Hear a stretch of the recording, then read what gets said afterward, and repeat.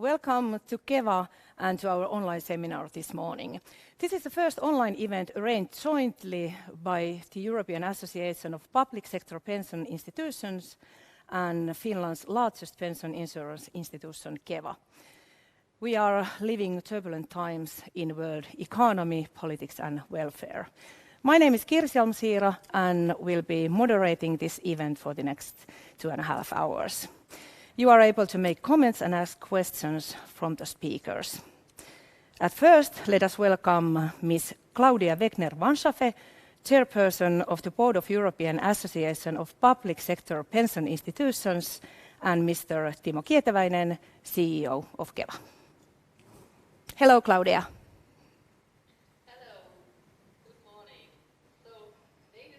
And dear colleagues, on behalf of the European Association of Public Sector Pension Institutions, I would like to welcome you at our common EFSP Keva conference, Turbulence ahead of steadier times.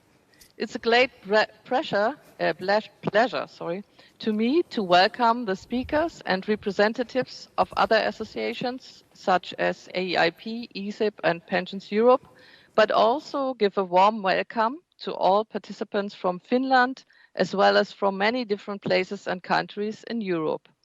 Actually, we would have met today in beautiful Helsinki. We would have been very happy to see the white cathedral, the harbor, the city center, and of course, to enjoy a lively exchange among each other while deepening our networks.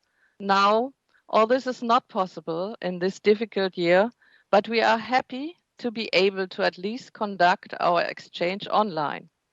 Thanks a lot for the perfect preparation of this event to the colleagues from Keva and to Timo for hosting the event. Fortunately, technology overcomes great distances and borders. At the beginning of the COVID-19 crisis, it turned out that borders were becoming more important again. In some cases, not even the inhabitants of border regions were able to come together, and crossing frontiers was heavily regulated again. But after a short time, it became clear that Europeans have a lot in common, even in the COVID-19 crisis. The so-called hamster purchases, for example, not only in terms of toilet paper, occurred in a lot of countries, and people obviously are unified in the enthusiasm to travel or the impatience not to be able to travel. Unfortunately, today we are witnessing a sharp rise in the number of infections in the vast majority of European states. The economic and social consequences of the pandemic are far from clear. In many areas, however, the crisis has exposed sore spots that were present before, such as weaknesses in the health systems. And this holds also true for pensions and social security systems, where the crisis will leave its mark, but also exacerbate difficulties that have been already there. In yesterday's open information meeting, we heard about how the pandemic affects systems in Austria, Belgium, and France. Another aspect was what kind of measures have been undertaken in terms of the needs of employees and pensioners with regard to the customer services. Today, we will hear about the development of pension systems facing demographic challenges, and later on, after a compilation of the pandemic impact on pension systems, Esko Orhu will draw the link and reflect on different aspects. I look forward to interesting presentations in the next 2.5 hours. For sure, the exchange on the issues discussed will and must continue. To foster this, indeed, is our task as associations. And the online age makes it possible to work together in a sustainable way while deepening topics where it is desired. In my opinion, Europe should move closer.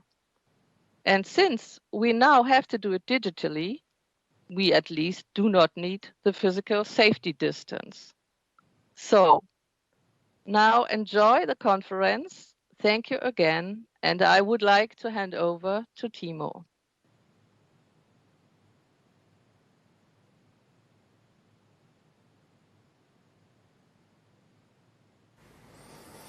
Thank you, Claudia. Dear Chairperson and dear colleagues, welcome to Keva over the web. We have a pleasure of holding this virtual conference in partnership with the European Association of Public Sector Pension Institutions. Keva is the largest earning-related pension provider in Finland. We are the public sector earnings-related pension expert and administer local government, state and church pensions. Keva is also responsible for funding local government pensions. Keva has been a member of ESP since the year 1990. We find it to be important to participate also in the broader pensions debate in Europe and to be active in influencing the development. Even though Finland has coped well in fighting against the coronavirus, the public sector has been under great pressure during the crisis. Keva has supported customers in many ways during the coronavirus pandemic. For example, our work abilities management support services have provided a lot of different support measures and developed new services for the implementation of a good HR policy. We have given deferment of salary-based pension contributions of limited liability companies. The tenants in Keva-owned properties have been offered rent relief during the coronavirus crisis. We have managed to provide seamless, good quality customer service and carried out our mission despite largely switching to remote working back in March. At the start of this year, Keva assets were 56.1 billion euro, and during the first few weeks of this year, the pension fund rose to its record all-time high, 57.5 billion euro. The corona hit then, and the pension fund shrank by around 9 billion euro. Liquidity has ensured all the time. Going forward, Keva's priority will continue to be ensuring long and short-term liquidity in all possible circumstances. To this end, long-term infrastructure construction projects will generate a reasonable return, and they are a good addition to Keva's investments. This is why Keva actively wants to be involved in the public investments in Finland.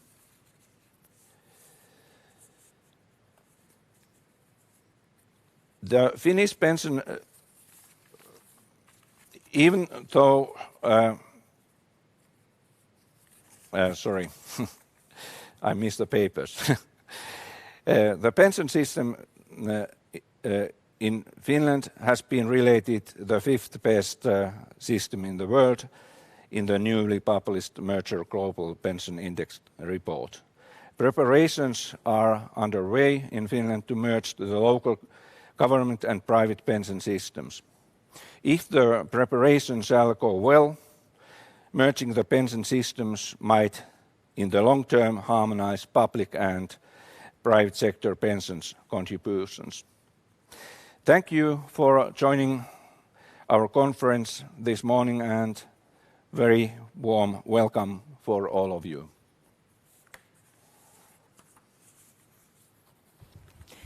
Thank you, Claudia, and thank you, Timo.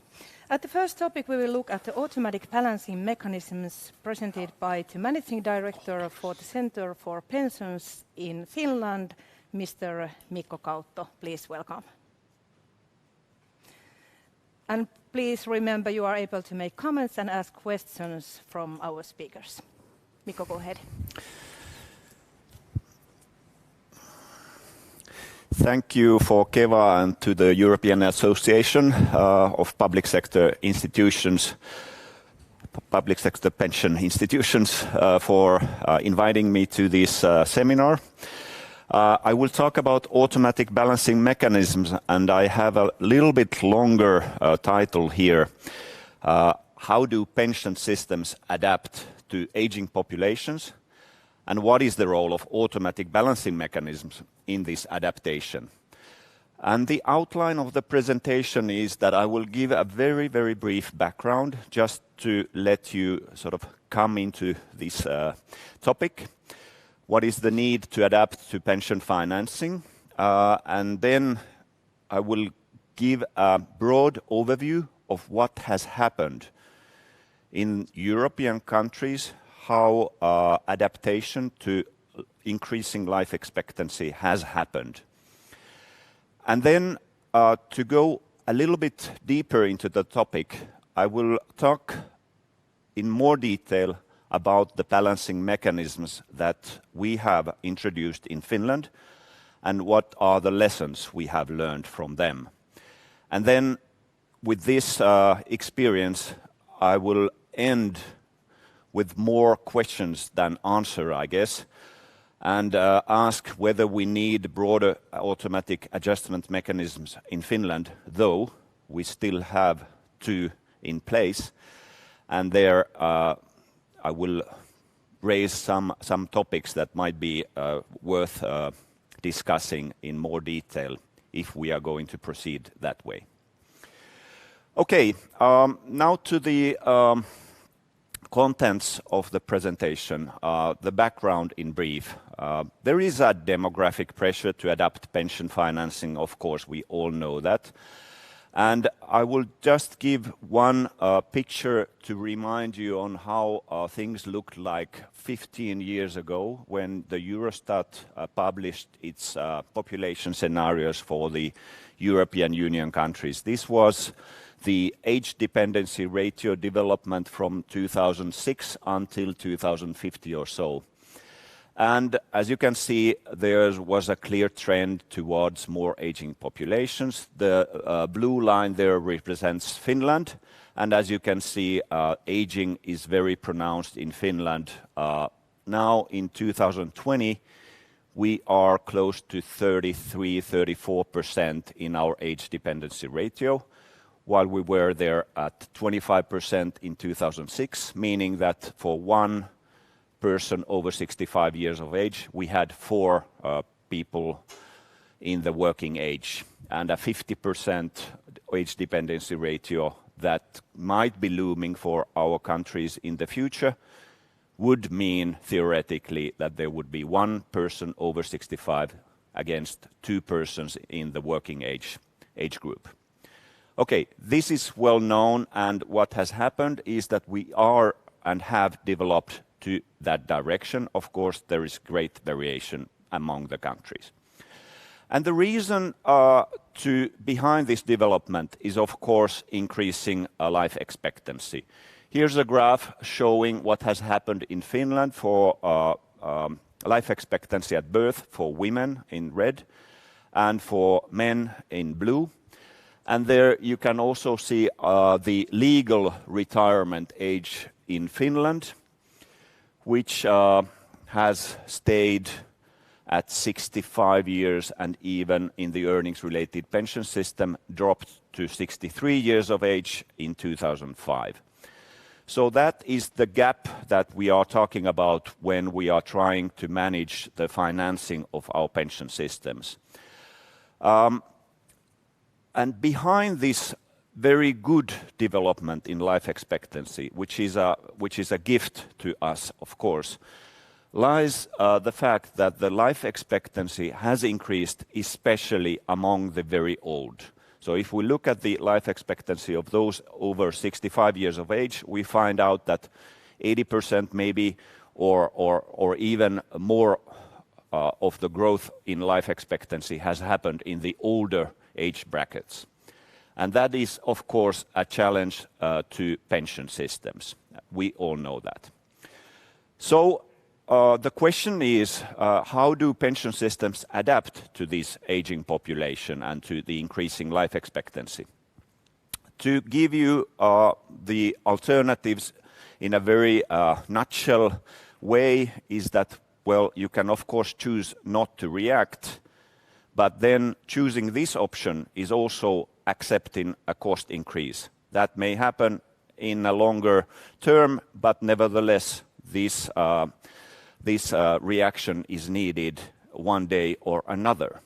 For governments, this may be an alternative that they push the decision to a longer period, maybe to the next government. Well, you can also adjust pension levels, either to those who are pensioners at the time or to the future pensioners. This involves, of course, a difficult political choice because pensions are well loved among the population. And, but nevertheless, that also happens. And then you can raise the pension age. Given the figures I showed you before, you could say that this is a no-brainer. Of course, you should raise the pension age if life expectancy increases, especially among the elderly population. Well, there you have two options. You can make a political decision to increase the life expectancy and go at one point from another, and then make another decision at another time. Or then you can introduce what we call automatic balancing mechanisms, where there will be a rule on the basis of how the old age retirement ages will be changed in the future. If we look at what has happened in the European countries, here's a very detailed picture of 34 countries, most of them European, but some are also from other parts of the world, USA, Australia, Japan, for instance. We can see that there is a wide variation on what is the legal retirement age. The blue lines are for men and the more yellow bars are for women. And three observations may be in place. First, if we look at the countries that have the highest legal retirement ages, we can see that almost all of them have decided to increase their legal retirement ages, which is shown by the black arrow. And some of them have even introduced an automatic balancing mechanism, which is the dotted black arrow, showing that after these decisions, there is a rule and automatic mechanisms that will increase their legal retirement ages even further.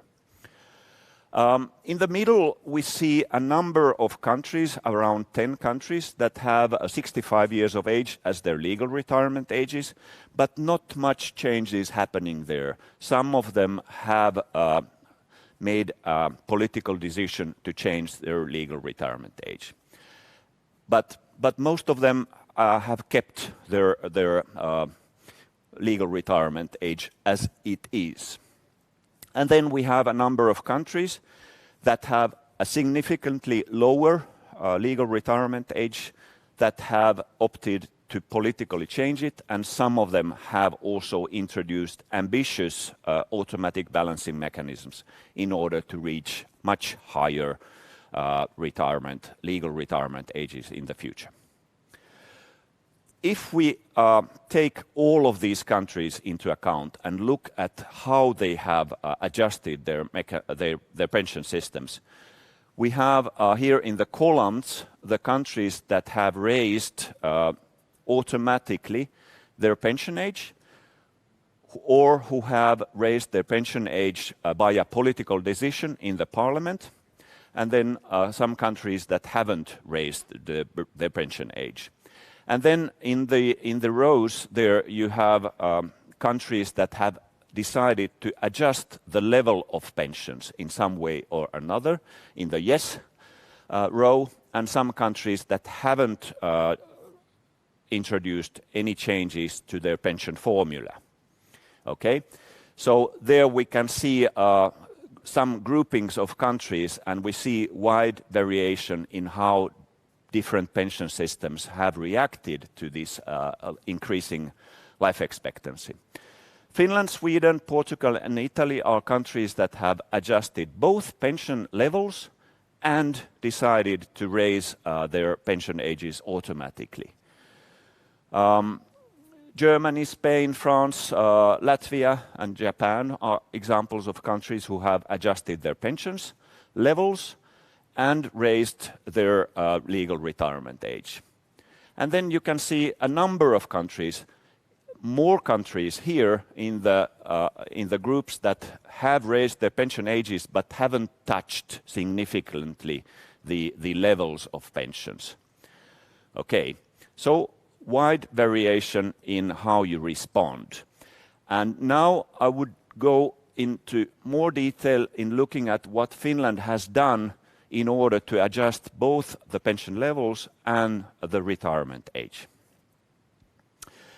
Our first mechanism was to address the levels of pensions in the future, because when life expectancy increases, you are, as a pension recipient, much longer. Today, according to our register data, our people are pension recipients more than 20 years on average. So, in the pension reform in 2005, we introduced a life expectancy coefficient. That is an automatic stabilizer or an automatic balancing mechanism. It has been effective since 2009, and it is based on the idea that the capital value of the pension stays the same. Okay? So if you go to a pension at the age of 62, or we calculate the pension capital value at the age of 62, and look at how long you are as a pension recipient on average at this age. And there is the pension capital, basically. Pension level times the period you are as a pension recipient. And the life expectancy coefficient was meant to keep the pension capital value constant, so that if you are longer as a pension recipient, your monthly pension is reduced accordingly. So that is how this life expectancy coefficient works. But the experience we had was that there is this financial incentive to continue your working career, but people didn't react to this financial incentive. They decided to go to a pension when it was legally accepted, so at the age of 63. So we introduced a second mechanism. This is also an automatic balancing mechanism. This time it is linking the retirement age to life expectancy. So as a result, we have now two automatic stabilizers in Finland: an old age pension age, which is changing according to changes in life expectancy, but not as fast. I will show you this in a minute. And then we have this life expectancy coefficient, which still reduces monthly pensions, but not as much as before this later reform. And why is that? So we have two mechanisms, but no double effect. They don't work as one on top of each other, but rather sharing their effects. The idea is that the changes in life expectancy are taken fully into account in the Finnish pension system, but in such a manner that 2/3 is reacting with the retirement age and 1/3 with the pension level. That is the main idea. And to show you what was the idea behind this link between the retirement age and life expectancy, I have here the starting point. If we think about the working career from 18 to 65, and then we have life expectancy at 65, let's say to 80 years or so, that's the work and life career of an adult can be divided into your working career and your retirement period. Now, the mathematical problem is to find the retirement age that would suit the a higher life expectancy in such a manner that the division between your working career and retirement period stays the same. That is how our legal retirement now will work in the future since after 2025. Okay? And if you think about the life expectancy figures I showed you earlier for women and men, what we see now with our legal pension age in the earnings-related system, it has stayed at 65, so no changes there.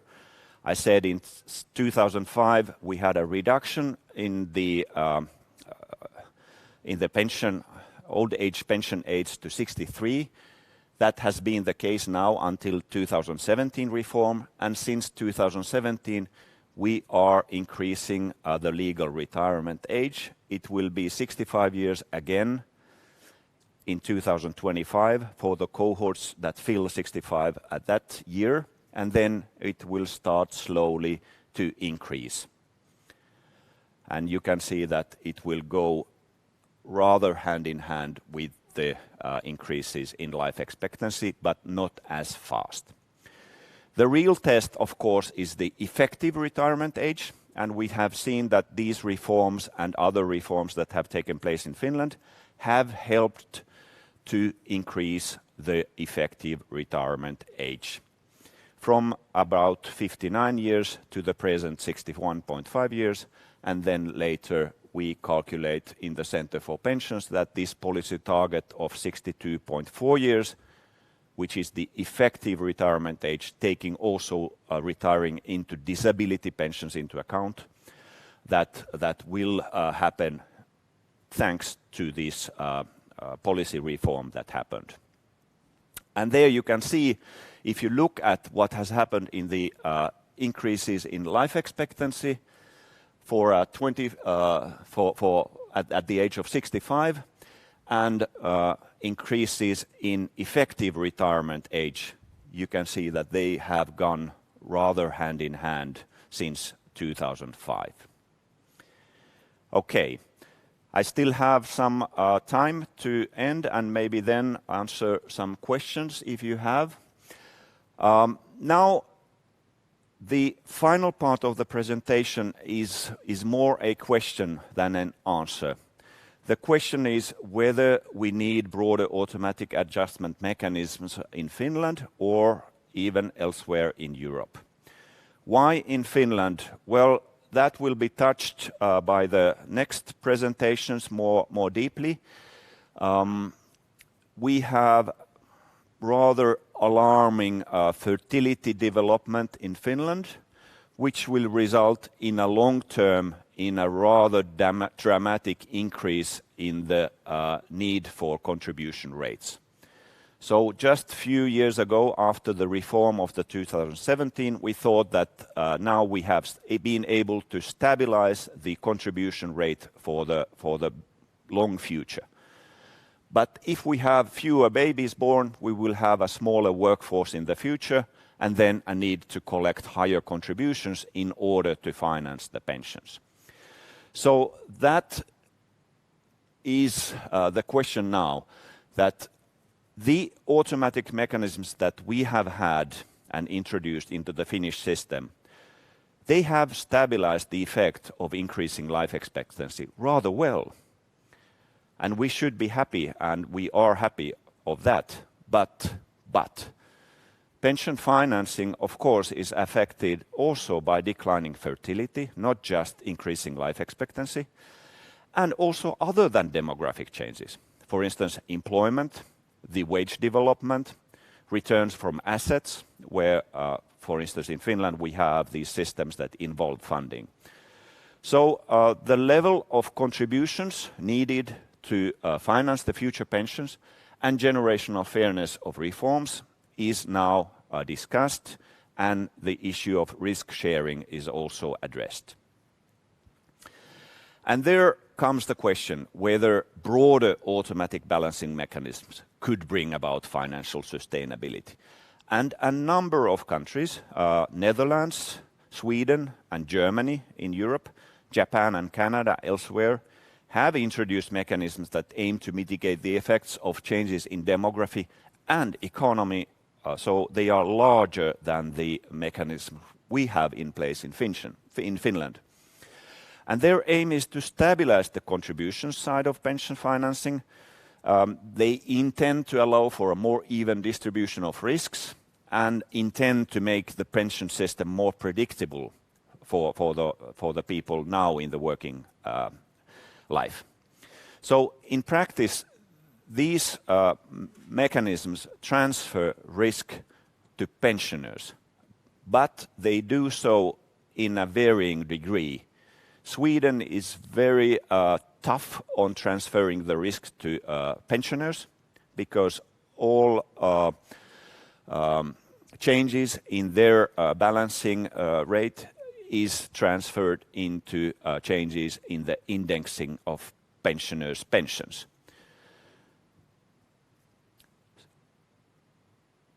The Netherlands also addresses via their solvency ratio the indexing of pensions, but Germany wants to have also the contribution side taken into account. So there are differences in how they work.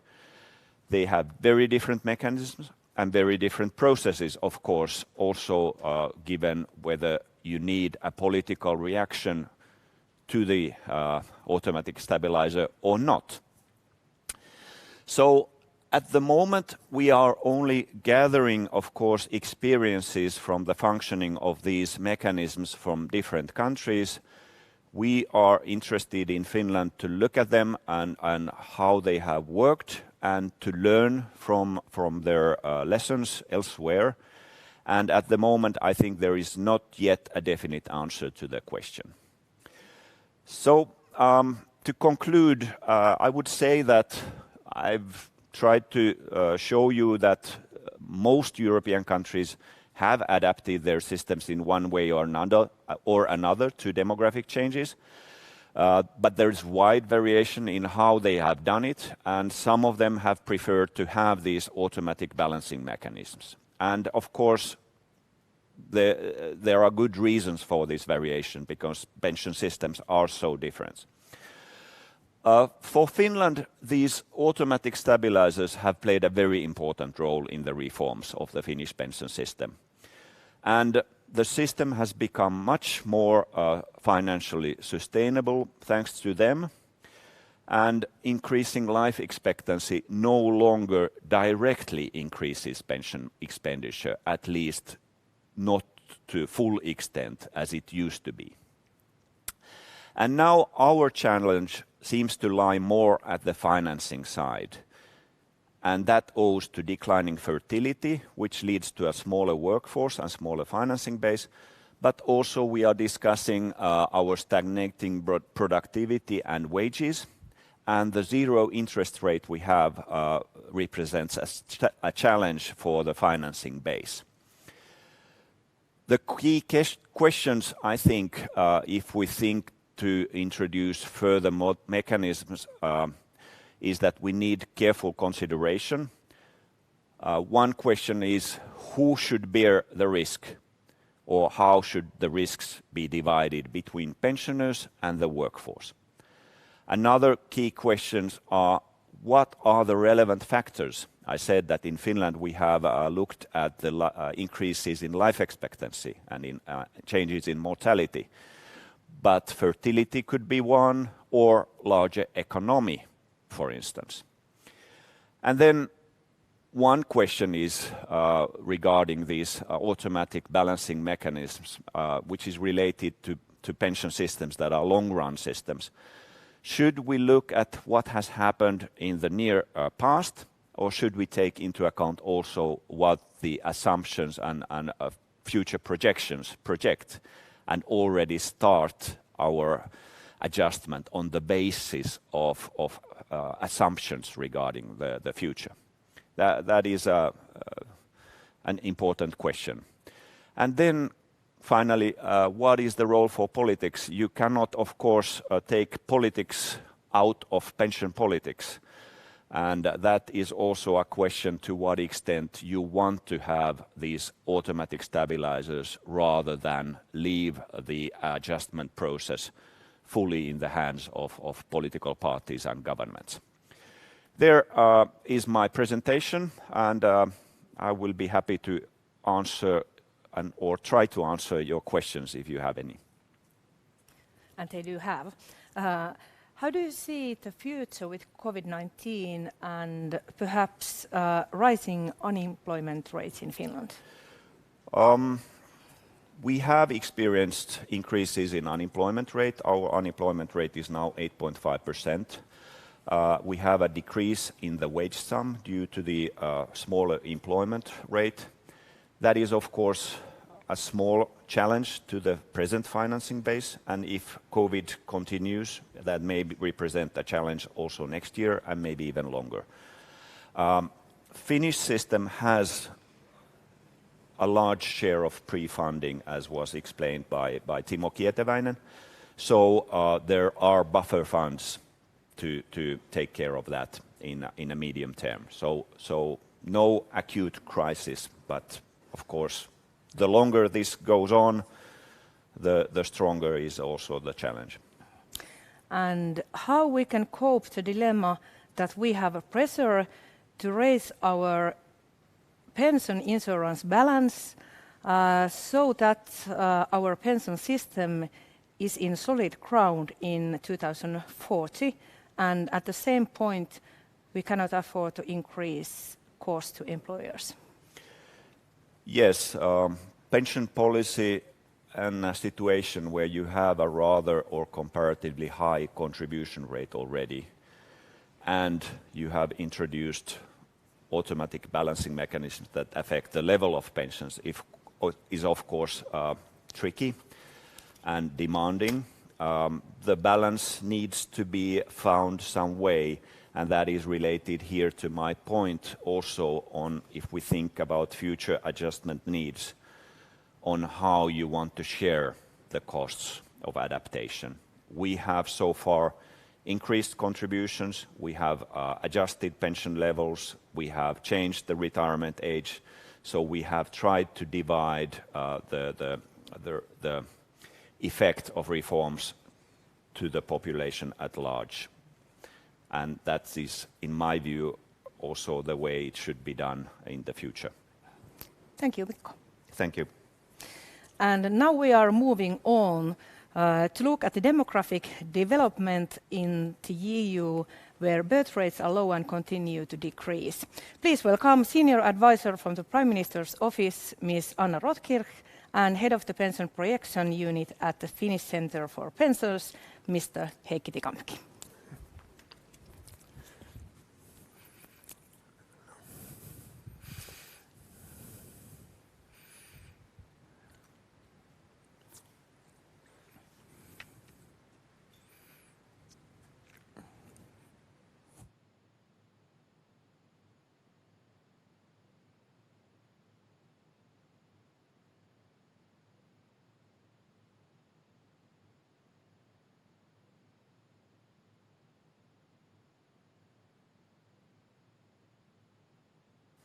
So, hello everybody. Thank you for the opportunity to start the next discussion.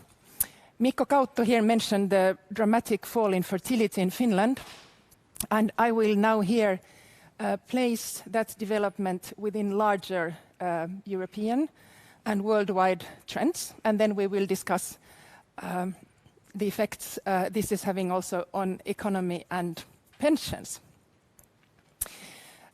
Already the previous big economic crisis, the so-called Great Recession, we didn't know what was ahead in 2008, but that was the Great Recession, and that created a malaise in European fertility, which was especially dramatic in Finland, but felt also elsewhere.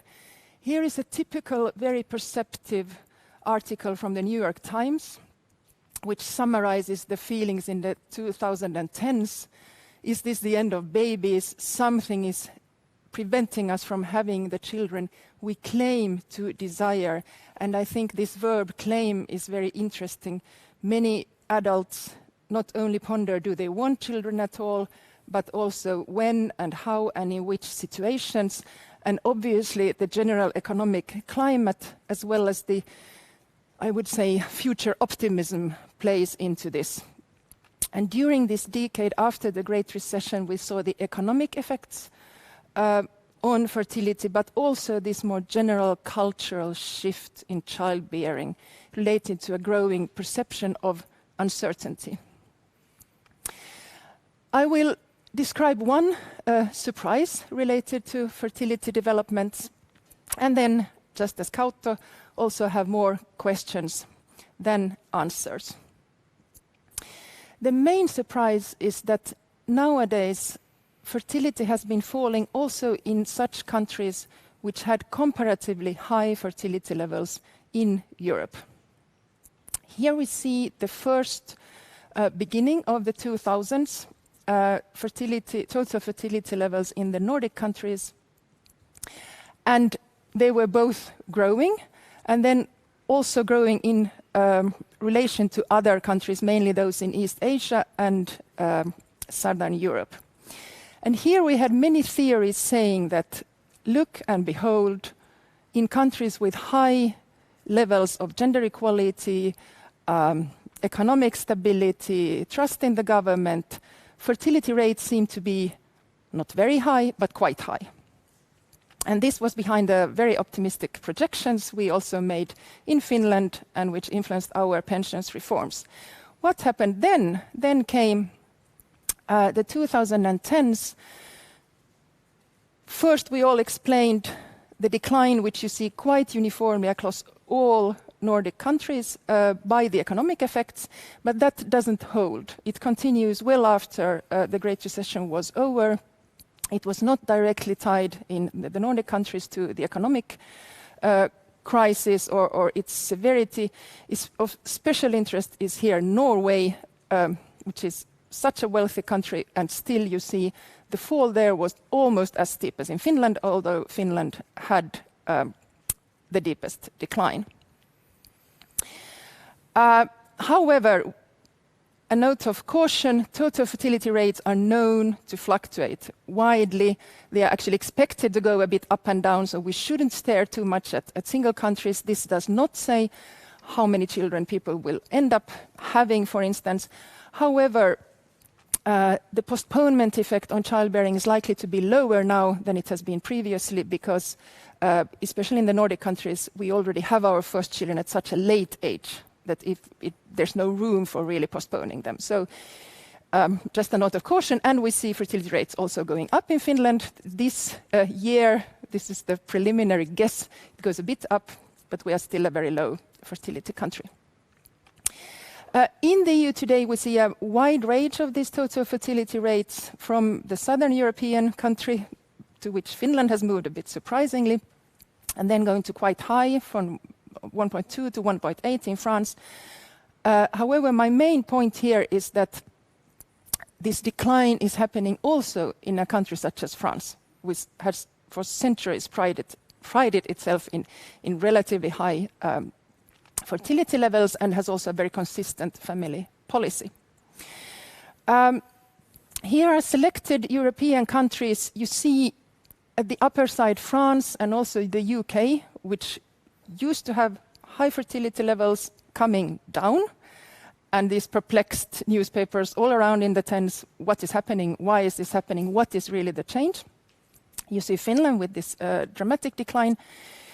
You also see some countries recovering quite nicely in the total fertility rates. I picked here, the green ones are Estonia and Germany, and the yellow one is Russia.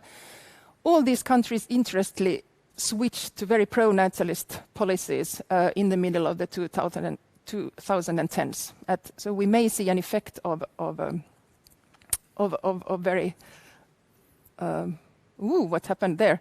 I hope you don't see that. Yes, okay.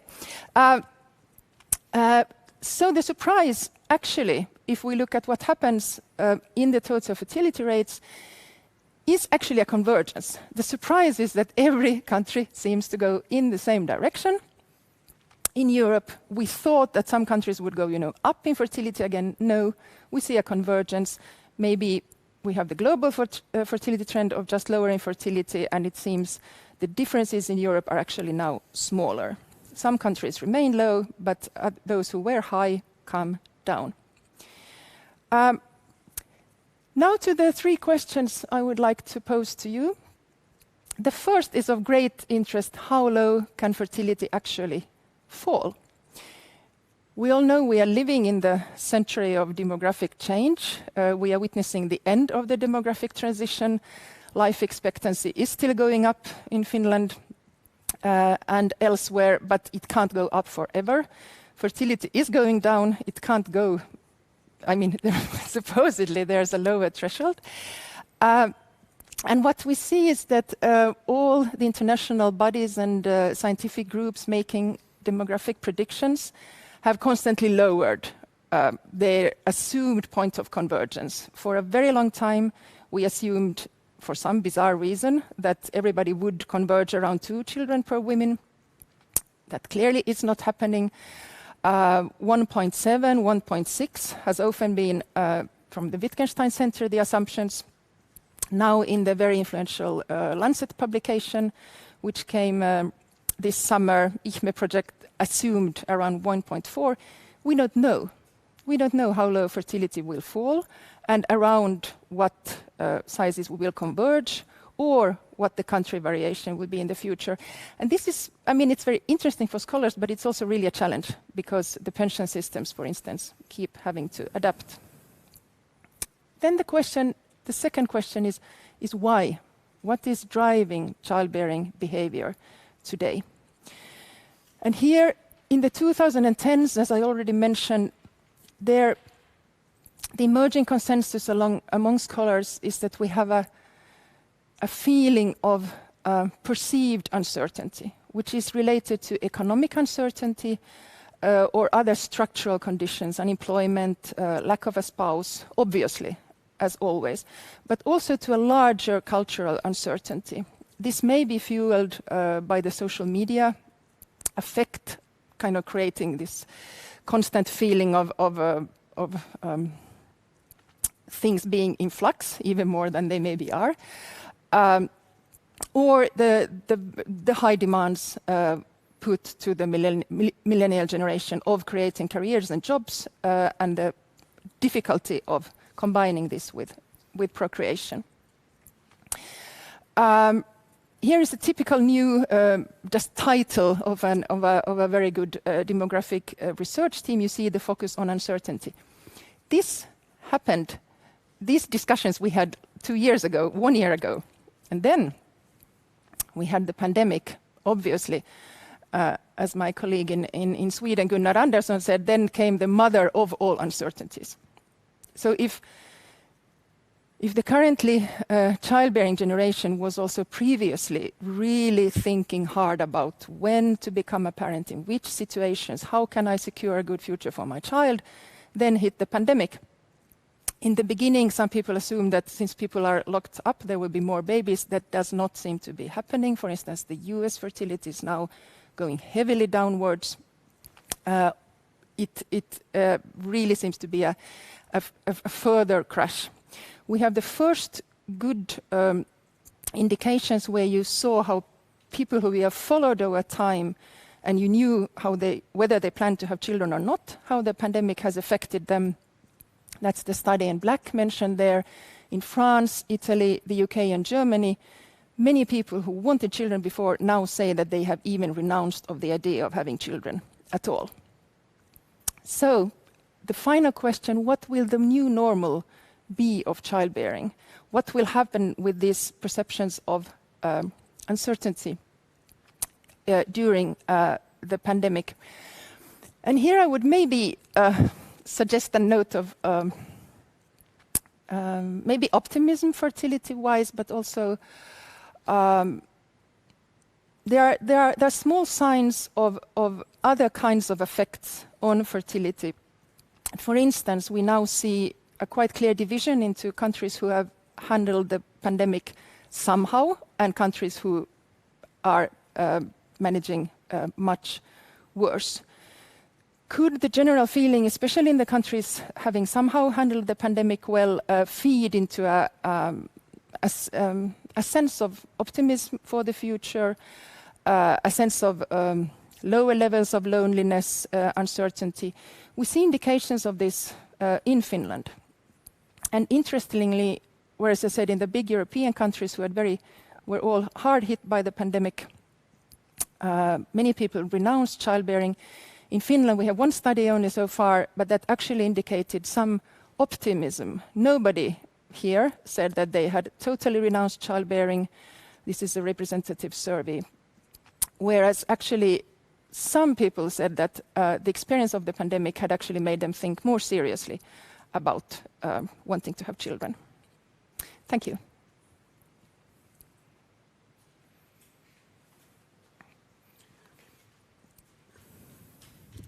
And I give over to Heikki, I think. So, hello, everybody. I'm here to say a couple of words about how this declining fertility impacts pension schemes and especially pension financing. My name is Heikki Tikanmäki, and I work in the Finnish Center for Pension, and I'm leading there the pensions projections unit. So, why is fertility important for pension financing? I claim that pensions in payment are always financed from current production, no matter what's your system's design. Of course, if you have a pay-as-you-go system, then it's more or less obvious. So you collect pension contributions, and if your future generations are small, then you will run into problems. And then you're interested in this domestic production. In funded systems, it's not so clear, but one can argue that if the global fertility would decline and the further generations would be small, then it would mean smaller investment returns. To take it extreme, if I were the last person to survive on the earth and I had all the pension money ever collected, but well, I just couldn't buy anything because there wouldn't be any production. So this is the mechanism in a nutshell.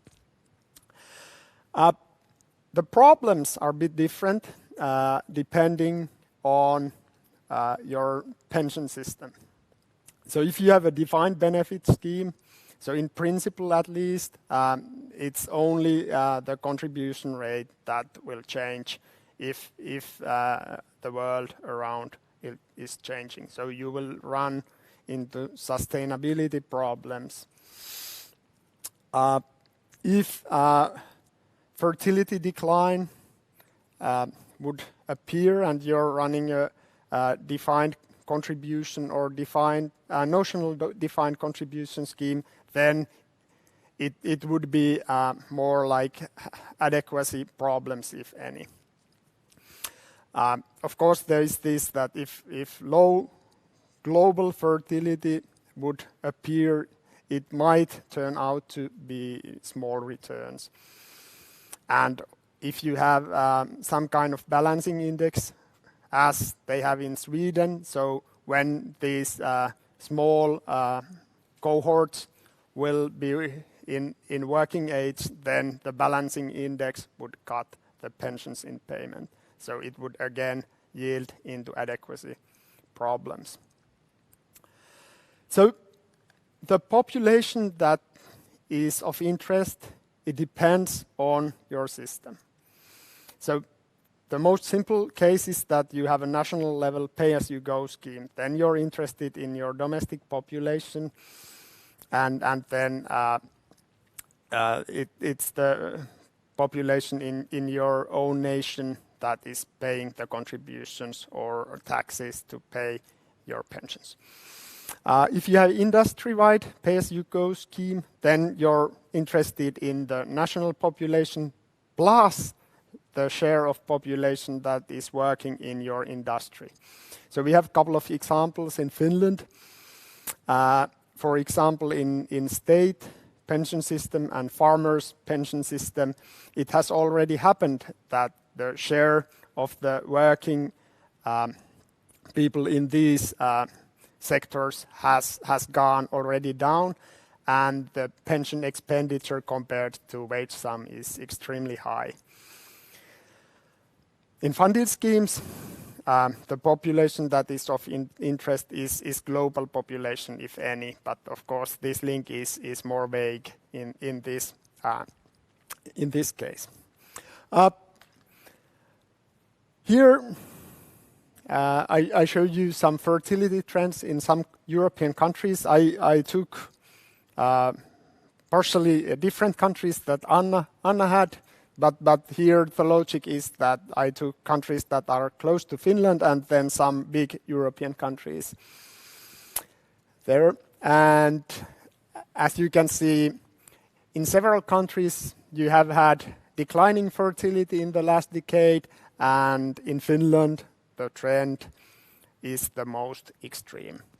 And this is maybe the reason why this is so hot topic nowadays in Finland.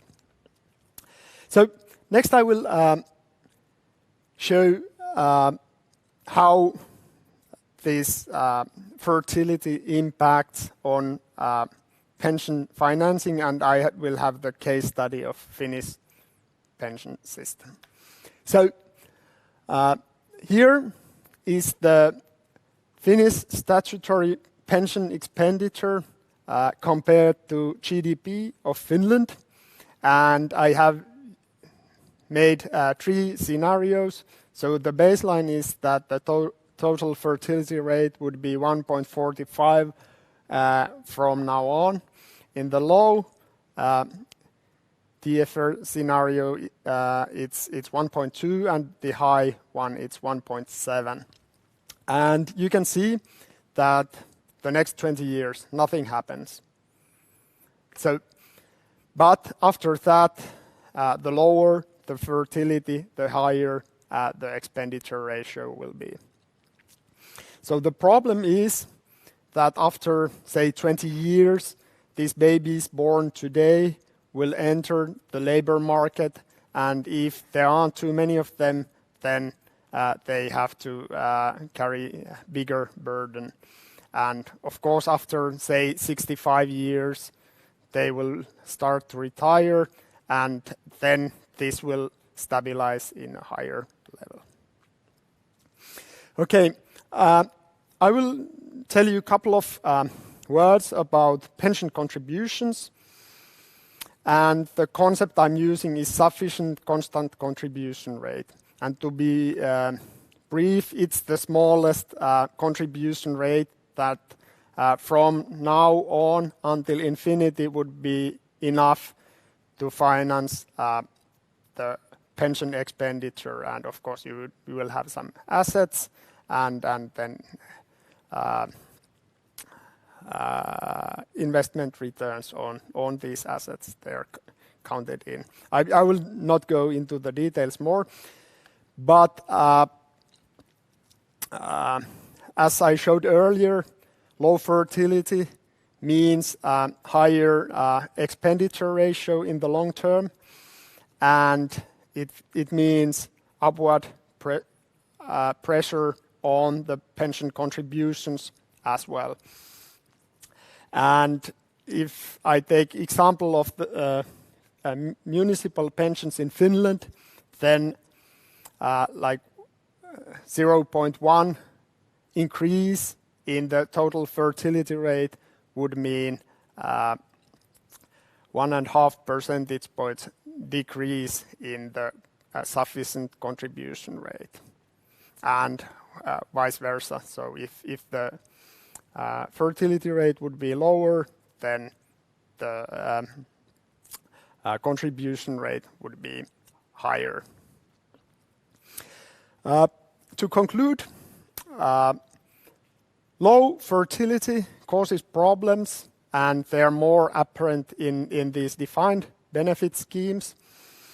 In the Finnish earnings-related pension system, we have partial funding, and it actually makes this a bit easier because, for example, in these municipal pensions I mentioned, the funding ratio is as high as 38% in our latest projection. However, even if you have a fully funded scheme, it is not totally immune to global fertility shock, as the future production has some relation to the work done in the future. Of course, if you assume that in the future robots do all the work and humans are not needed at all to work, then you might have another conclusion, but I wouldn't bet for that. But I think that's all I want to say you. Thank you. Do you have any questions? Yeah. First one is to Anna. In the Nordic countries, there's good social security, all kinds of flexibilities that make combining family and work possible. In your opinion, can societies affect the fertility rate, and with what means? Well, yes, that is. That's a good question. That's what we are thinking about. 10 years ago, there were delegations from Italy, Korea, Portugal, Taiwan coming to Finland, and they said, teach us what you are doing right, because your women are working and full-time, and they are having many children, because our fertility rates were 1.8, almost 1.9. And we were saying, oh yes, we can teach you what we are doing right. And we have the most generous family schemes in Europe. And then the thing happened, which happened in the 10s. We still don't know exactly the reasons. Finland is extreme, but as I tried to say in my talk, it's part of a more general trend, where we see those countries which are gender equal, are family friendly, have quite good participation rates of fathers, for instance, in taking care of children. We see that the fertility goes down. So I would say there was a hope that with Human Development Index and gender equality, you would reach quite high fertility rates. That does not seem to hold. That does not mean that you can't affect fertility, but it's important to understand this, that this idea that somehow that's gone. What we see now is that countries who now clearly send a signal to their populations that we want to help families and also improve their benefits, such as, for instance, Germany and Estonia have done, they have an increase in fertility. We don't know how this will go in the long run, because you can affect with policies the timing of children, but maybe not the overall number and so on. But that seems to work now. The second point is maybe more important, that in aging societies, we will need to foster the cognitive and emotional development of all citizens in order for them to work as long as possible and follow the projections of Director Kautto here earlier. And that means that we should invest in early childhood and early childhood education and families with children even more than before. So in a way, we should invest in families even if it does not affect fertility, and it could affect fertility if combined with the right signals, is my hunch at the moment, but nobody really knows. And Heikki, is immigration the only way that country's population can grow? It's a good question. It's of course the option that would have immediate impact. So if you're interested in the working age population, then if you have people who are moving here, most of them are of working age, then it would have an immediate impact. Of course, one can try to boost the fertility, and also if you're only interested in the population growth, then extending the lives will contribute to this direction. And as I remember correctly, the Finnish population is still increasing for a while, even though the fertility is so low. So Finland's population would now decrease if not for net migration? Yes. Yeah, that has been the case. And it's the case in many European countries already. Yes. So we would have depopulation now without net migration. Mm. Yeah. And a question to both of you. In regards to the implementation and inspiration of fertility-friendly policies, can Europe learn from other countries, such as Japan?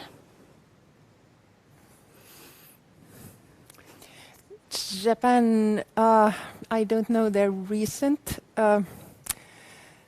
developments. I know they try to make women both want to have children and work. But generally speaking, I mean, the Nordic countries and Finland are still models in family friendliness. As I said, it doesn't now translate into very high fertility.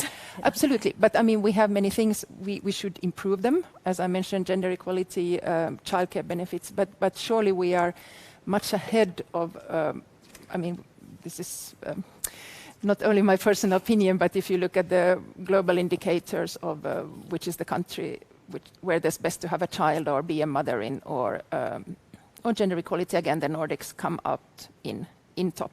And that is still the case, and that's still really good for the children who are born. And question to Heikki. In your opinion, what kind of automatic balancing mechanisms could be used to solve the impacts of low fertility rate, and to what extent those effects could be solved? So can you tell us? I'm not so sure if automatic balancing mechanism is the tool that you would need for this kind of problem. I think that because 20 years before how big your working age population will be, more or less, it's quite accurate, in fact. So I don't think that this automatic balancing mechanism is the best tool here, but maybe you should do something. I don't know. There are several options, so you can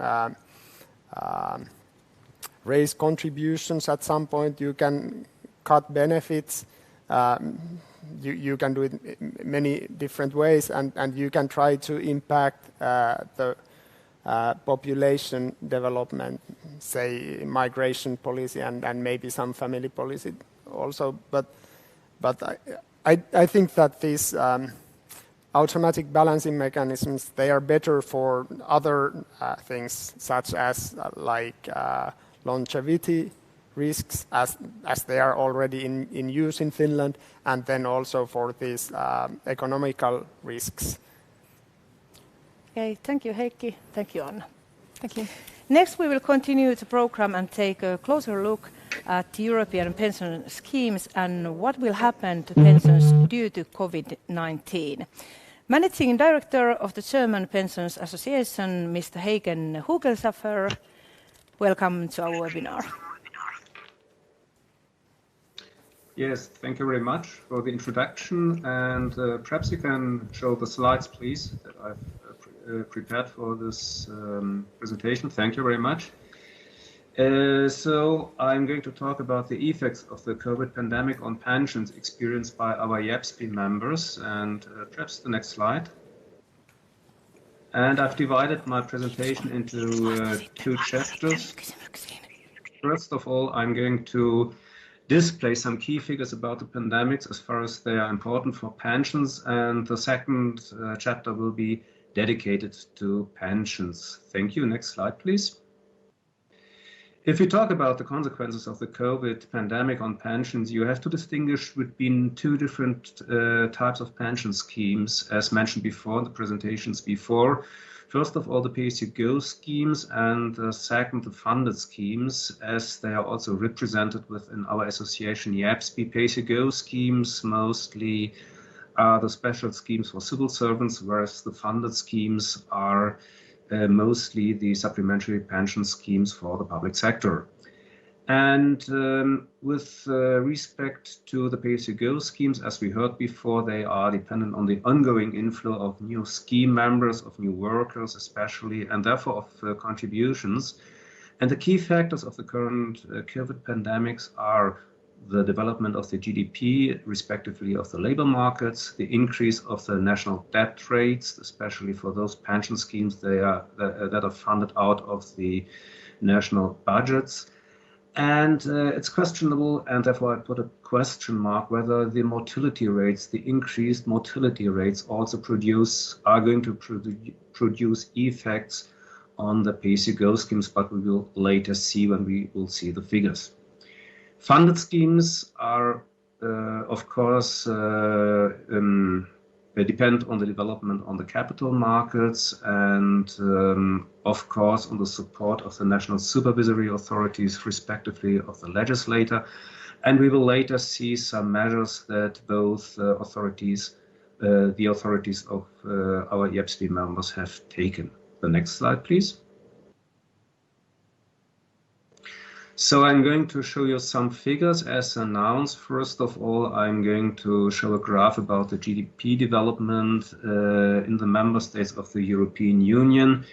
You see in the second quarter of 2020 in all European member states, without any exceptions, the GDP fell, sometimes dramatically. If you see on the right hand, Spain, Croatia, Hungary, by rates of between below 14 and below 18%, whereas some countries, especially our hosting country, Finland, but some of the Baltic countries, are a little bit better off. But the average turns in the European Union, that's the blue bar, it's minus 10%, whereas only in the euro area, that's the red bar, it's also the same decrease between minus 10 and minus 12%. Next slide, please. The same kind of graph shows the rates of employment in all member states, with the exception of Malta at the right hand. The employment rates are declining, unfortunately, also with national differences, but on the average in the euro area, it's below 3% in the second quarter of 2020. And the same value, more or less, in the whole EU. The next slide, please. I've chosen this graph to show you the effects of the COVID pandemic on the employment in persons and in hours worked. And you see four kinds of lines here on this graph. It is blue line shows the euro area, and the blue line the EU, the whole European Union. And in this graph makes a distinction between persons and work and hours and work. And you see the continuous line, the blue line and the red line, that's approximately the same results as shown on the graph before. There was at the end a decline, serious decline in the second quarter of 2020. But what is more important at this point here is the dotted line. And the dotted line displays the hours worked per person, and that even declined more sharply. It was a decline of roughly 16% within one quarter. And there was the sharpest decline for 25 years since the beginning of this exercise of statistics. And this sharp decline exactly reflects the short time work that was exercised in many countries. Next slide, please.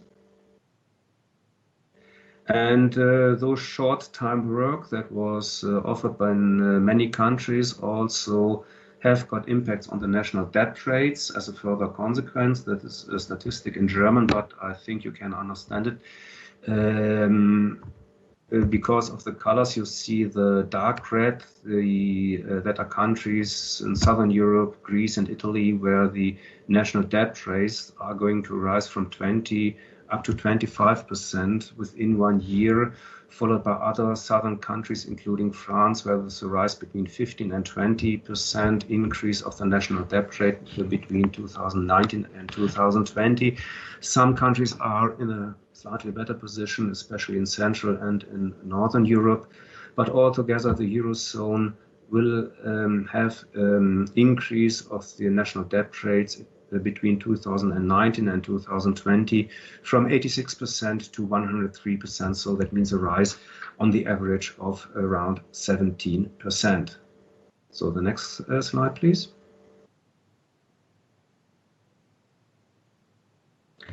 For funded pension, notably the development in the stock markets are of utmost importance, and I've prepared a graph here that shows the development of the Standard & Poor's 500 index in the crisis. And the COVID crisis is shown by the dark blue line, and it shows a sharp fall to minus 34% within a couple of days, but fortunately a quite quick recovery within the coming month. And what is interesting in this context is the comparison with the lines of other crises. That means the dot-com crisis some 20 years ago, and also the subprime crisis of 2007 and 8. And you see by the red, by the yellow and by the green line that also in times of those crises of the past, there was also a decline of minus 35%. But you see here, this line touched the bottom of this minus 34% only after 1 year in the case of the subprime crisis, respectively after 1.5 years in the case of the dot-com crisis here on the right hand. So it is a particular evolution of the stock market, a deep fall, but also a quick recovery. Thank you very much. The next slide, please. At the beginning, I've also mentioned the mortality rates, and this graph shows the development of the mortality rates between the end of February and the end of July. So in the peak of the first COVID wave, you see here in this graph a distinction between the United States and Europe. Europe is slightly better off than the United States.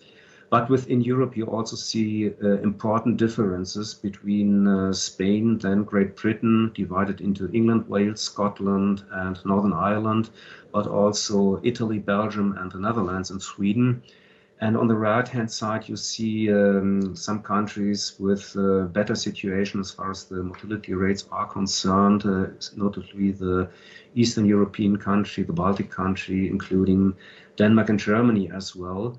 And that is perhaps the answer to my initial remark that we cannot say at the EU level whether the mortality rates will have any effects on the pensions in Europe, because I believe that you have to consider every country separately, since, as you see by this graph, there are huge differences, for instance, between Spain, Great Britain on the one hand, and Lithuania or the Czech Republic on the other hand. The next slide, please. So I've shown you now some figures about the pandemic as far as pensions are concerned. And now I turn to the second chapter on the effects of pensions. The next slide, please. And as I told you in the beginning, you have to distinguish between pay-as-you-go schemes on the one hand and funded schemes on the other hand. As far as our EAPSP members are concerned, pay-as-you-go schemes are mostly the special schemes for civil servants, like for instance in Belgium, like for instance in Portugal, and also in France, and partially also in Germany. Let's have a short glance on the slide about the measures of the government to support pay-as-you-go schemes. First of all, 92% of all OECD countries, and in Europe, it was, for instance, Austria, Germany, and France, they supported the short-time work in order to keep people in work, so to enable them to continue to pay their contributions to the pension scheme. Second, we heard it yesterday when we had the presentation of the open information meeting, the general schemes try to maintain the service by going on treating pension application and to exercise the regular payment of pensions. A further measure was the alleviating and postponement of payments of social security contributions, like for instance in Germany, like for instance in France and in Italy. And there were two possibilities that about which we heard yesterday. First of all, the suspension of forced collection of social security contributions.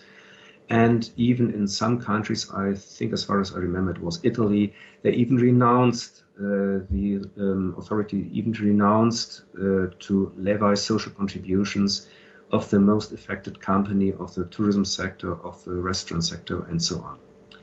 And there were also further measures, and I only want to mention them on this slide here. Further measure, as for example in the presentation of Koen yesterday, as the Belgium examples. For instance, the unlimited accumulation of pension rights with extra income, no negative impact of periods of temporary unemployment, and so on. The next slide, please. So I come now to the chapter or through the subsection main impacts of the COVID pandemic for funded schemes. Funded schemes within EAPSP are the supplementary pension schemes for the public sector. And here I earmarked it with a little asterisk there, and you see on the bottom line I mentioned the source. It's a report of the OECD on retirement savings in the time of COVID-19 of the second quarter of this year, and I can only warmly recommend. It gives a very good overview about the measures of the different OECD member states as far as funded pensions are concerned. So there were 6 main areas as far as funded schemes are concerned. First of all, the fall of the values of assets in retirement. Saving accounts, that was one effect, saw it with a sharp decline of the in the stock markets. Second, an increase in liabilities from falling interest that especially concerns the DB schemes. And with respect to our EAPSP members, most of our EAPSP members, in spite of the trend to DC schemes, they remain, however, DB schemes. So that was a second effect that put pressure on our funded schemes. With respect to the individual persons, they have got lower capacities to contribute to retirement saving plans. That concerns especially those schemes where the individual persons have got the possibility to make additional supplementary contributions. With respect to the with the pension funds, they have, because of the remote work operational disruptions, and as a further consequence, also cyber attacks, frauds, and scams directed not only against the pension funds, but also directed against individuals and regulators. And last not least, last section I would like to mention in the context of funded schemes, that some countries introduce short-term measures in order to assure the liquidity of the individuals. But those short-term measures do also have negative impact at the long-term perspective for the pensions. And I will show you later some examples. The next slide, please. So I come to I prepared a table that consists of 4 columns. First of all, the policy areas that I've mentioned previously on the slide before, the policy responses of the different member states, the objectives, the targeted persons, the pension schemes, the individual or the plan sponsors, the employers. And interesting for you, dear colleagues, are examples of the implementing EAPSP countries with the abbreviations.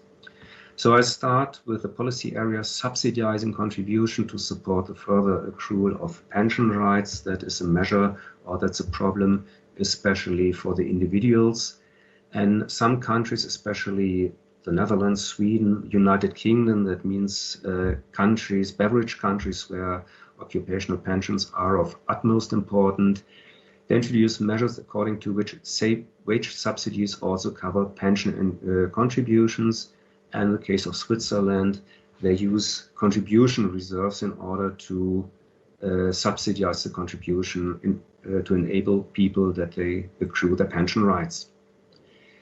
Second section on the left hand, limiting the materialization of investment losses. It concerns, to take the Portuguese example, in Portugal, the people do have the right to retire their pension money out of the pension pot, and therefore the government have introduced measures to communicate the consequences of switches and of withdrawals.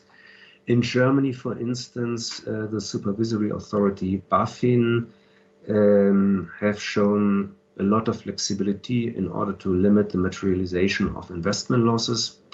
And this measure of the German supervisory authority goes a little bit hand in hand with a third section securing the solvency of pension plans and the business of pension providers. And you see as policy responses of many YEPSB member states, as for example, the lengthening of recovering periods, the suspension of dividend payment, and further adjustment measures of supervisory practice. And you see a long row of some YEPSB countries. And at this moment, I want to invite you to read this OECD report that provides much more details as far as your countries are concerned. So please, the next slide. Thank you. Further policy area is, of course, a protection of notably pension institutions from scams and from cyber attacks. And last not least, I would like to provide the last policy area, the short-term relief that some member states offer to contributors, but also to individuals, to assure the liquidity in those difficult times, fear of losing jobs or even losing jobs, that the persons do have more liquidity, but with a potential long-term effect, negative effect on the future pension levels. First of all, I would like to mention financial relief to contributors by means of the deferral of contribution, as experienced, for instance, in Belgium, France, Finland, and the United Kingdom. Deferral, that means that the contributors will have to pay at a later moment the missing contributions. Also a measure that in my pension institution, aka in the public sector pension institution, some members also made use of it. One country, Denmark, even went one step further. They offered contribution holidays. Contribution holidays means that they entirely renounced to levy the contributions for a certain moment of time. And with respect to our hosting country, Finland, they even reduced the contribution rates also for a certain time limit. With respect to the plan members, that means the individual persons. There were in the southern European countries, Spain, France, and Portugal, they offer an easier access to the pension savings because those countries, the labor market, are quite under pressure. That is, on the one hand, for the moment in time, that's a good way because the concerned people do have more liquidity for the moment, but the consequences are at the long term quite, negative, or might reveal to be negative, because this money is later missing in the pension pot.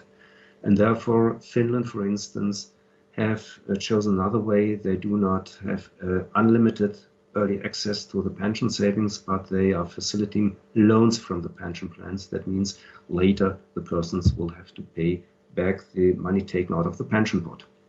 So if you turn the next and last slide, I would like to thank you for your attention. And if you do have any questions, please feel free to answer me. Thank you. Thank you, Mr. Hügelsaffer. Unfortunately, we don't have time for questions now, but we do have a little break, and we will continue after a couple of minutes with Mr. Esko-Aho. So see you soon. Thank you.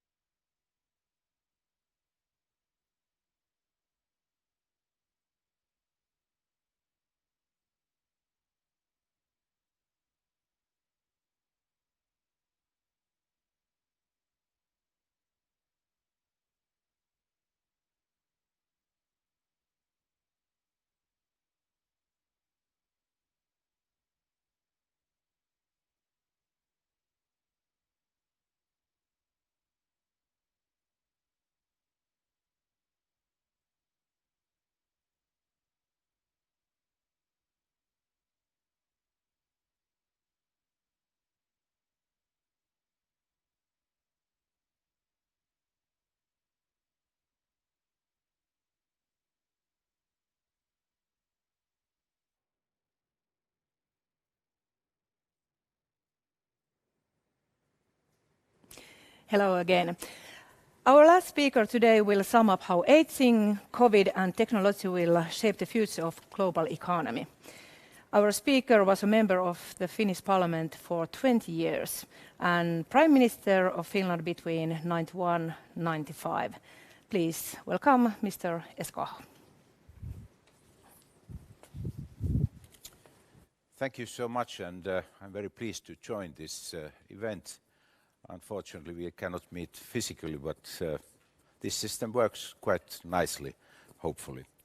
I'm going to start with my own experiences. I spent 20 years in Parliament, 4 years as Prime Minister, but also 4 years in the management team of company Nokia. And actually I started 2008 and then concluded 2012. So I have seen crises both in the public sector, in the executive role in public sector, and in the executive role in business. Nokia's crisis 2008, 9, 10, 11, 12 was extremely complicated and difficult as well.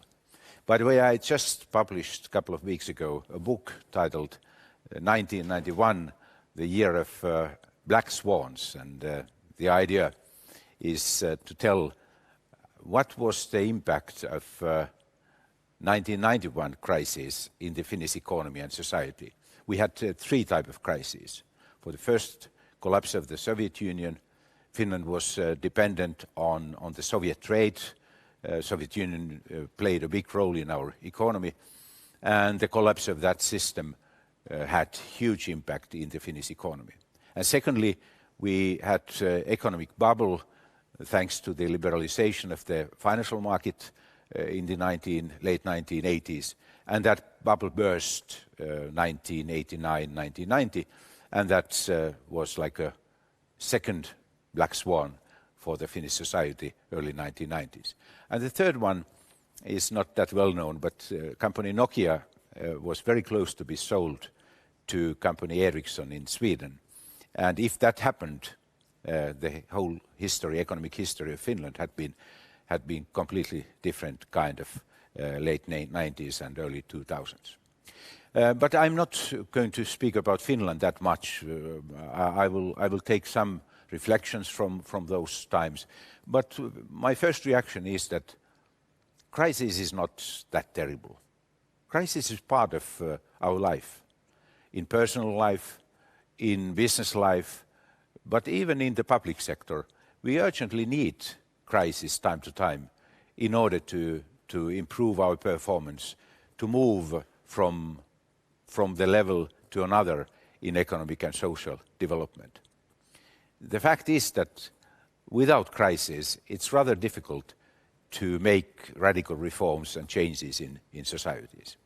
We know that in Finland, because our history is full of crises, one Swedish general said a few years ago, actually in the beginning of 1960s, that Finland is a country of Finland is a country of avoided catastrophes. And that is partly true. We have had several crises, but we have always been able to avoid catastrophes to take place. So crisis is a normal part of our life. And the question is, are you able to cope with that? Are you able to take benefit from that? Or are you going to be hit by the crisis without being able to utilize that opportunity to make reforms?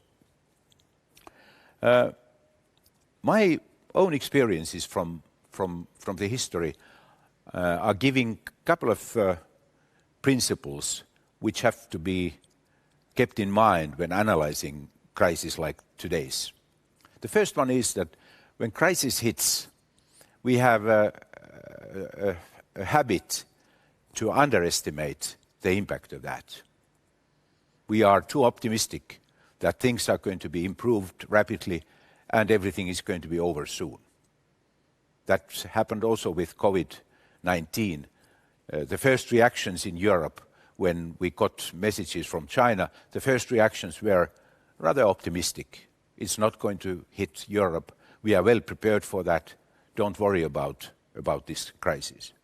And now we have seen that we were too optimistic, and the facts of life are totally different than what we expected.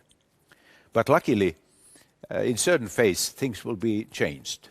And then always there is a tendency to be too pessimistic. When things are starting to improve, when recovery starts, we are typically too pessimistic. We underestimate the potential of growth. Secondly,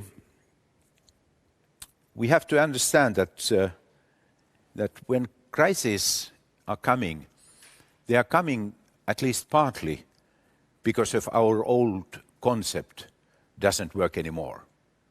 This pandemic has created a bit artificial atmosphere because we believe that everything what is going wrong in Europe today or in the world today is because of this COVID-19. That is not true. If you look at the European economies and European societies, we had a lot of problems before this pandemic hit us. These problems are still there, but the main attention has been put now into this healthcare challenge, how to survive with this disease.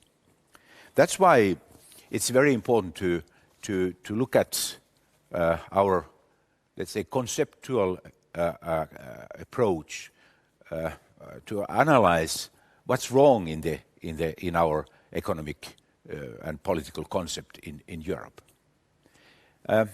Before I'm going in a more detailed way into European situation, I have to say that sometimes conceptual changes have had huge positive impact, both in business and government.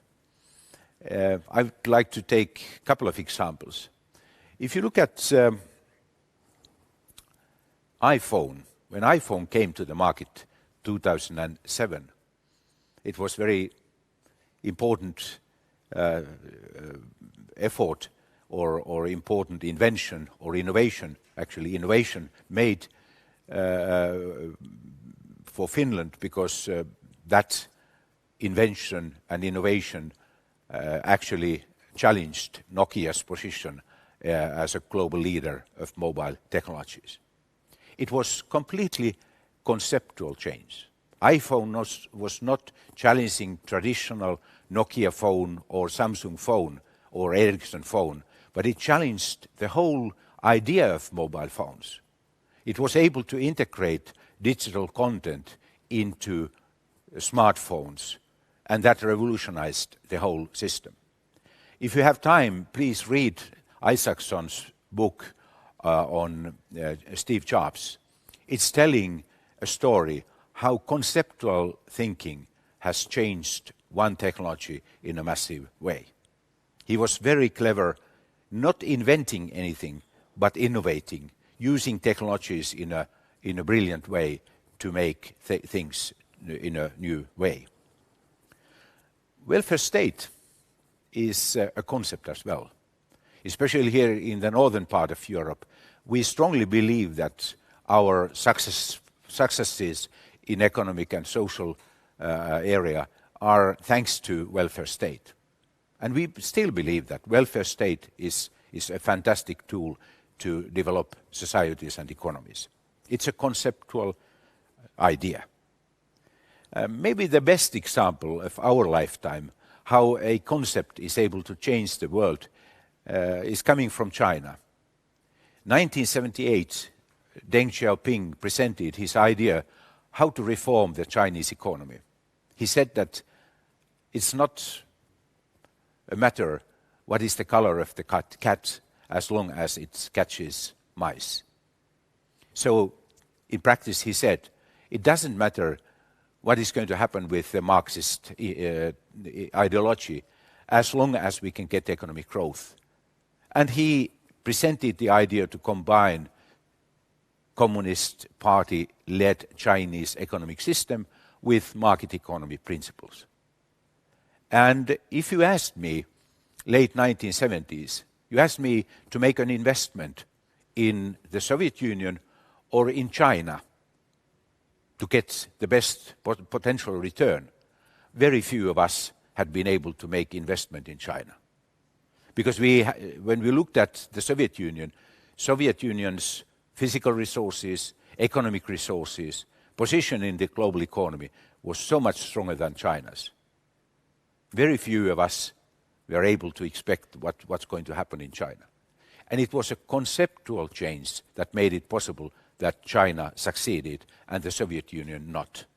The Soviet Union wanted to keep its old system, old concept, but China was ready to reform it according to the context, according to technological change, technological revolution, and also according to globalization. Deng Xiaoping understood that China will never be able to be developed if it's not going to accept the fact that globalization and technological change will change the world and decide who is going to be successful and who is not going to be successful. In the Soviet Union, even Gorbachev tried to fight against these principles and they lost. So, concepts are critical. And concepts have to be changed when the context is changing. And now I'm coming to the present changes in our context. I understand that you have been speaking about demographic change, what's going on in demography, not only in Europe and Japan, but in Americas, in Asia, as well in Australia. Actually, Africa is the only exception. Everywhere else in the world, we can see demographic change, aging of population. I visited Korea recently, South Korea. And if you look at the demography of that country, that is maybe the best example how dramatic these changes can be within one single generation. Today, among all OECD countries, South Korea has most favorable dependency ratio, something like 35. So they have 35 people who are below 16 and beyond 64 compared to working age population between 17 and 64. Within one generation, 30 years from now, South Korea's dependency ratio is going to be worst among the OECD countries. And the reason is that baby boom generations are going to be retired. Baby boom took place in South Korea later than in Europe, for example. But now they have a birth rate which is lowest in the OECD countries, below 1. That is radical change, and I recognize that Korean decision makers did not fully understand what does it mean, what kind of challenge it is going to bring to the Korean economy on the shorter term. Even in our own society in Finland, I'm now retired, I'm 66. 50 years ago, 1970, we had 15,000 85 plus people in this country. Today we have 150,000, 10 times more. And when I'm going to be 85, and I'm going to live much longer, but anyway, when I'm going to be 85, we are going to be 340,000. Double figure compared with today's. And that is going to happen within 20 years. It's not that far. So demographic challenges are huge, but I personally believe that if we are able to understand this demographic change and change our concept, our welfare system concept in the right way, we can not only survive, but we can create comparative advantages based on aging population. I'm using a phrase, silver is the next green. When thinking about aging of population, it is a rather similar challenge like we have in sustainability. If we want to create sustainability in our economy and in our societies, everything has to be changed. It's not enough to protect nature, to make regulation, to ask people to take new kind of products into the use, but everything has to be changed. We have to use technologies in a massive way. We have to move from fossil fuels into biofuels. Everything has to be changed. It's a systemic change we need in order to survive with environmental challenges. And the same with aging. It's not enough that we are looking at pension systems or we are looking at certain services, but we have to start thinking what kind of working life we are going to need, how to get people to contribute even when they are retired. And I think we have huge potential to do that. But the problem is that our welfare concept, we still believe the old welfare concept that much that it's difficult to make those radical changes in that area.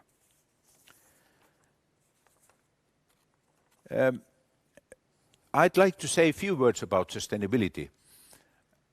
I think we have one problem with media. I mean, especially social media. We have difficulties to put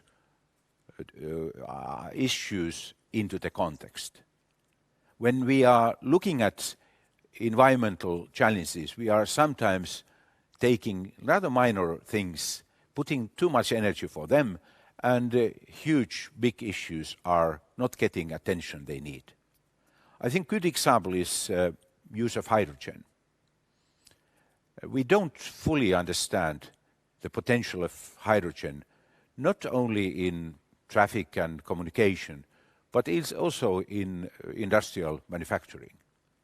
Hydrogen, if fully utilized, will revolutionize the whole production system, and in the same time it will provide the best potential, best assets and tools to get sustainability in our economic life. Steel manufacturing, for example, which is one of the biggest problems when looking at CO2 emissions, steel industry in the future can be completely hydrogen-based. And hydrogen is, in my opinion, much better solution when thinking about traffic, for example. I don't believe that electric cars are the best option, because then we have a battery problem. So we are moving from one challenge to another. But when using hydrogen, we can get a battery in the same time. We can use new solar and wind power in a massive way, and to save that extra energy in the form of hydrogen and to use it for industrial purposes or other purposes later on. So battery problem can be solved through innovations if and when applied. Then if we look at Europe and Europe's future, we can be pessimistic or optimistic. I think we have many reasons to be pessimistic. Europe is old. Europe is a bit tired. Europe is not fully understanding how far ahead of us the United States and China are today. And then there is a risk that we are going to face a new Cold War. It's going to be a digital Cold War between the United States and China. And if and when that is going to happen, Europe is going to be in a very complicated, difficult situation because we don't have good assets to survive in that competition. So what Europe should do, how Europe will be able to survive in these circumstances. For the first, I think Europe has to understand one basic fact. Europe cannot play a role in global economy, global politics, or global geopolitics if its technological, scientific, and innovative capacity is not much, much stronger than it is today. We have to invest in science and technology in a massive way and to create opportunities, much better opportunities, to take benefit from those investments in the form of innovations. We have been speaking about that very long period of time. Year 2000, the EU Commission made a strategy saying that Lisbon strategy will lead that Europe will be the most competitive region in the world by 2010. 2010 passed away, but Europe's position was even weaker than before. We didn't get any benefits from that strategy. And the problem was that we are good to design strategies, but we don't want to change our concept. We still believe that European way of life is the only reasonable way to get economies and societies work. We have to understand that radical changes are needed.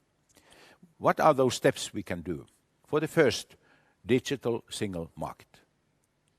We made radical changes in European markets when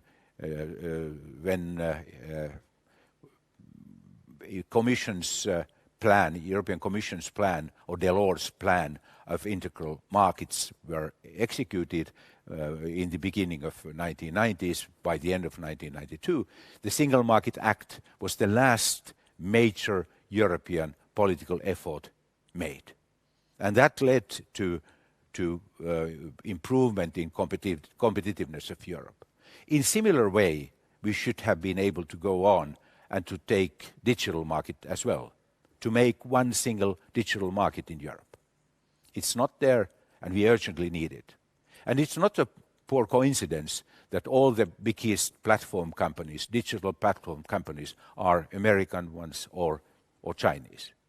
Europe has not provided any opportunity for European companies to be developed because of lack of access to the market. I know this very well because I was in the Finnish parliament in the middle of 1980s when we decided to reform our telecom legislation. We did that reform together with Sweden and the United Kingdom. And it's not a surprise that actually Finland and Sweden have been leading countries not only in Europe but in the world in mobile technologies. That reform, that creation of market idea for mobile technology, that made it possible that these two countries were taking huge benefit from that technological change. Sorry to say, but in certain areas of digitalization, game is over. Europe doesn't have any more an opportunity to challenge big platform companies of the United States. We cannot do that. We don't have resources. I feel that vertical competition in the field of digitalization is very complicated, very difficult for Europe. We have challenges, for example, in the area of artificial intelligence. Our resource base is rather limited. We have to make efforts there, but I don't believe that we can really challenge the United States or China in those areas. But then there is a horizontal game, and that is almost forgotten in Europe. That is the next big thing. Who is going to take leading position in the world in this horizontal game of digitalization? What I mean use of digital technologies in manufacturing, use of digital technologies in education or in healthcare or in traffic and communications.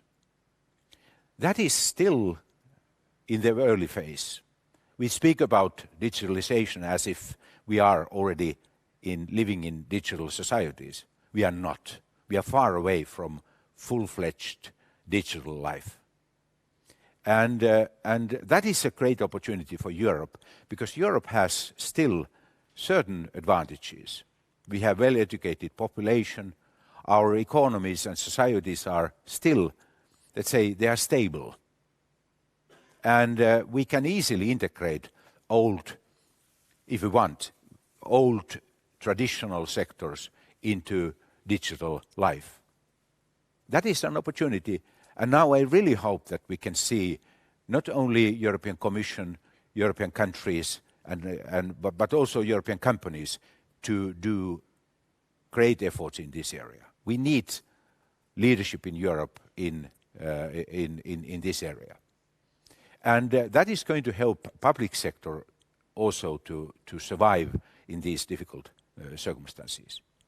Healthcare sector challenges, pension system challenges, everything can be, let's say, met easily if and when using digital technologies. Second sector, which is not getting that much attention in Europe, is a potential to create circular bioeconomy in Europe. Nordic countries, again, are rather good in this area. We have traditionally had forest industry that has been doing quite well, not only in Europe, but globally as well. But now it's not anymore a question of traditional sectors. Now bio is coming everywhere. Biomaterials based on wood, for example, are coming to all sectors. They can compensate even our textiles so that in the future these cotton-based products will be replaced by wood-based, wood fiber-based products. And that is a revolution from environmental perspective as well, because cotton production is spending a lot of water, it's using a lot of pesticides, it's dangerous even for our environment. They are within our reach. But I think in Europe we still believe that cutting trees is dangerous and we are destroying environment when doing that. Actually, since the beginning of 1990s, Europe's forest resources have increased more than 1/3. We have more and more resources, not only in the northern part of Europe, but in southern part as well. I visited Spain several times, and I know what kind of potential Spain and Portugal, for example, have in this area. I hope that the European Commission and European leadership will not only concentrate in digital Europe, but also in bio-Europe. Those are two options, two areas where we can really make a difference. I will conclude by saying some words about this crisis and how to manage a crisis. What are the key methods to get out of this? For the first, we have to accept higher levels of debt. Debt is necessary. We cannot avoid higher levels of debt. That's absolutely acceptable. But we have to understand that by using debt, not a single problem can be solved. I think it's a great misunderstanding that indebtedness is not, or higher level of debt is not a problem. It's a problem, but it's a problem we have to accept if and when the money is spent in a correct way.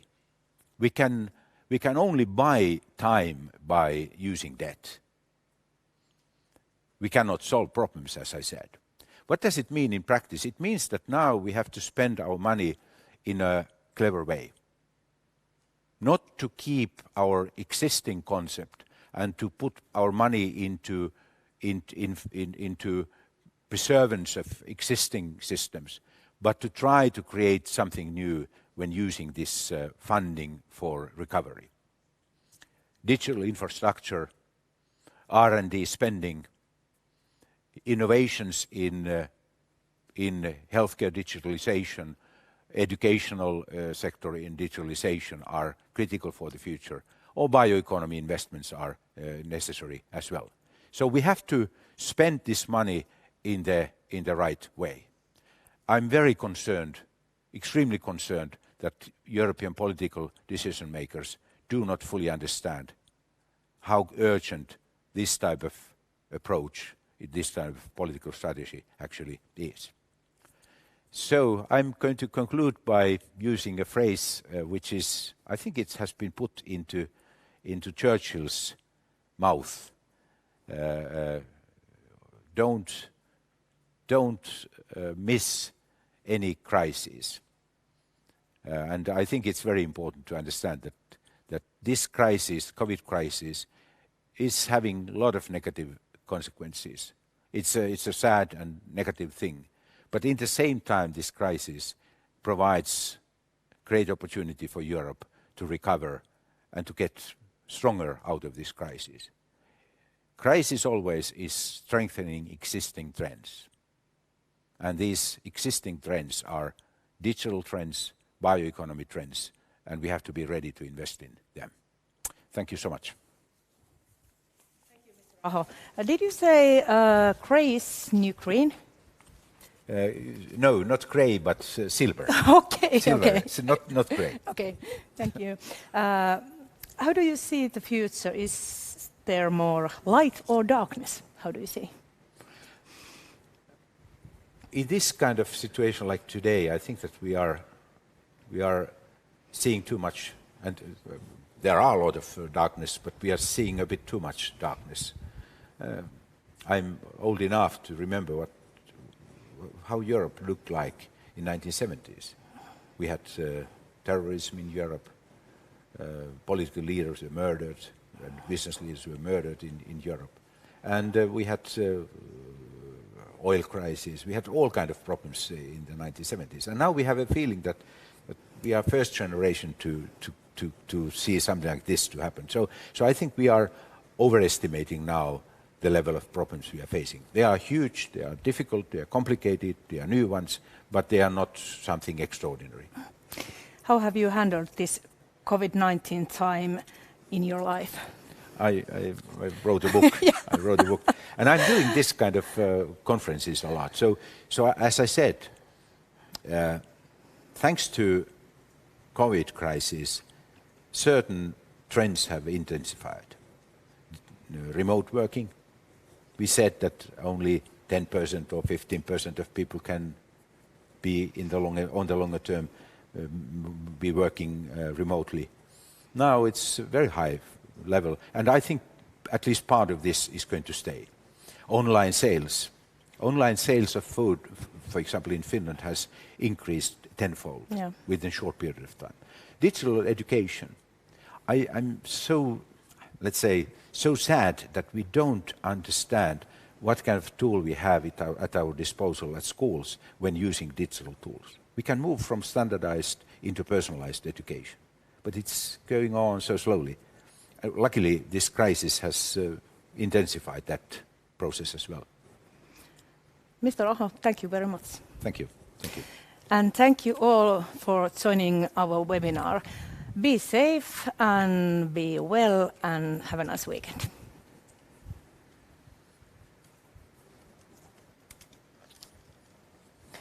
No, no.